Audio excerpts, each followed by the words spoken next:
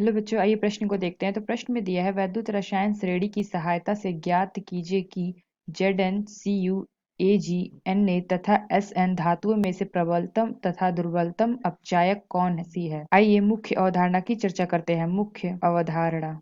तो प्रश्न में क्या दिया, वैद्युत रासायनिक श्रेणी की सहायता से ज्ञात कीजिए कि जिंक, कॉपर, Ag, सोडियम तथा Sn धातुओं में से प्रबलतम तथा दुर्बलतम अपचायक कौन है, ये हमें बताना है।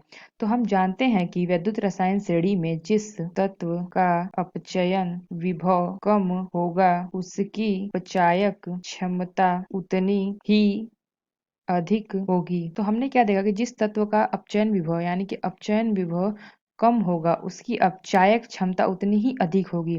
तो अगर हम बात करते हैं पांचों की, तो सबसे कम मानक अपचयन विभव किसका होता है, सोडियम का, यानी कि Na। तो मानक अपचयन विभव को हम E0 से प्रदर्शित करते हैं, तो इसका E0 का मान कितना होता है, -2.71 वोल्ट। उसके बाद हमारा क्या होता है, जिंक, Zn। इसके मानक अपचयन विभव का मान होता है यानी कि E0 का मान होता है -0.76 वोल्ट। फिर Sn का कितना होता है, Sn का होता है E0 बराबर -0.13 वोल्ट। Cu कॉपर का कितना होता है E0, कॉपर का होता है +0.34 वोल्ट।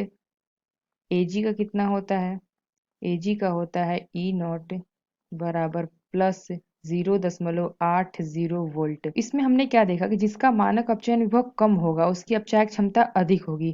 तो इसमें प्रबलतम अपचायक कौन सा होगा, तो इसमें सबसे कम मानक अपचयन विभव किसका है, सोडियम का है।